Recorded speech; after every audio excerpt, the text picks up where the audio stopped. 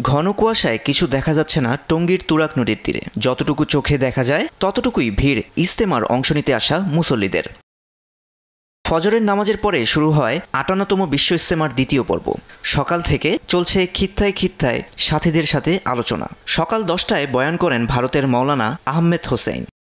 পূর্ব ঘোষণা অনুযায়ী এবারই প্রথম পরপর শুরাই নিজামের মুরব্বীদের অধীনে ২ পর্বের ইজতেমা অনুষ্ঠিত হচ্ছে। দেশের ২২টি জেলা আর ঢাকার এক অংশ নিয়ে মুসল্লিরা অংশগ্রহণ করেন এই দ্বিতীয় পর্বের ইজতেমায়। রয়েছে ৭৬টি দেশ থেকে আসা প্রায় ৩,০৫০ জন বিদেশি মেহমানও।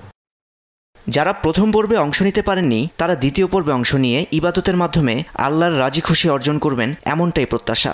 আমরা আল্লাহ তাআলা আমাকে যে নেক হায়াত দিছে, এই হায়াত যতদিন আল্লাহ তাআলা আমাকে দিয়া দে আল্লাহর কাজ করতাম, আল্লাহকে রাজি আর খুশি করতাম, আল্লাহর নবীকে রাজি আর খুশি করতাম, আর নবীজির আদেশ মতো আমরা চলাফেরা করতাম। উলামায়ে কেরামের কাছ থেকে সেভাবে আমাদের জীবন যাপন করা এবং সে কথাগুলি, সে বার্তাগুলি আমাদের এলাকার আমাদের মতো যারা যুবক আছে তাদের কাছে পৌঁছে দেওয়া।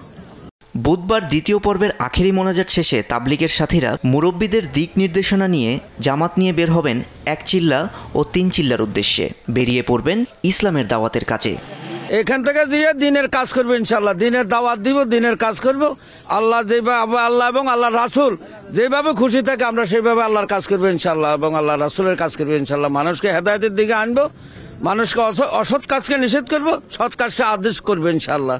আল্লাহ ছাড়া কোনো মাবুদ নাই। আমরা এই যে কলিমার দাওয়াত লা ইলাহা ইল্লাল্লাহ মুহাম্মাদুর রাসূলুল্লাহ, এই দাওয়াটা পুরো বিশ্বে যেন আমাদের নবী যেভাবে প্রচার করে গেছেন, পুরো বিশ্ববাসী যেন এক আল্লাহর উপর বিশ্বাস করে, হ্যাঁ আল্লাহ এক ও দ্বিতীয়, হ্যাঁ এই কলিমার পৌঁছার জন্য আনাচে কানাচে প্রত্যেক জায়গায় হ্যাঁ আমাদের তাবলীগের কাজ প্রচার হয়ে যায়, সবাই যেন দিনের উপর চলে, হ্যাঁ আল্লাহর উপর বিশ্বাস করে। গেল রোববার আখেরি মোনাজাতের মধ্য দিয়ে শেষ হয়েছিল ৫৮তম বিশ্ব ইজতেমার প্রথম পর্ব।